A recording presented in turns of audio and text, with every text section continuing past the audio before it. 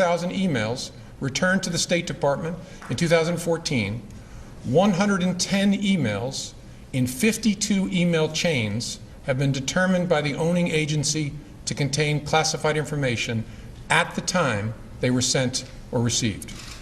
8 of those chains contained information that was top secret at the time they were sent. 36 of those chains contained secret information at the time, and 8 contained confidential information at the time. That's the lowest level of classification. Although we did not find clear evidence that Secretary Clinton or her colleagues intended to violate laws governing the handling of classified information, there is evidence that they were extremely careless in their handling of very sensitive, highly classified information. Very powerful. Now, days later, Comey had this exchange with Congressman Trey Gowdy that offered more evidence that Clinton not only has not been honest, but Comey's admitting she broke laws. Watch this.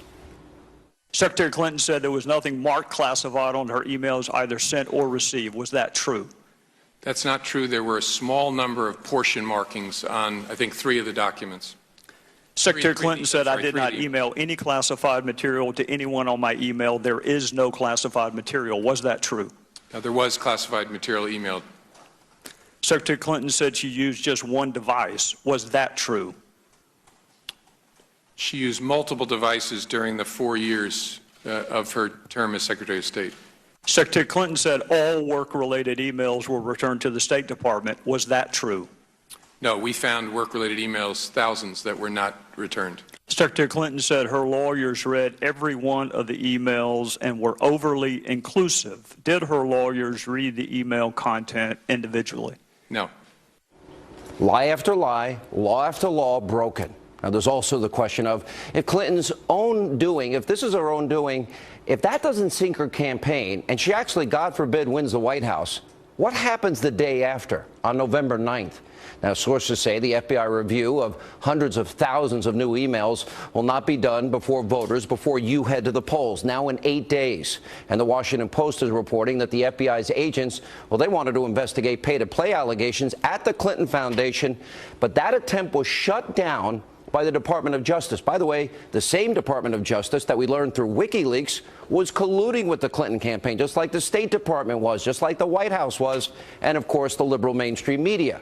So think about the magnitude of all of this for a second.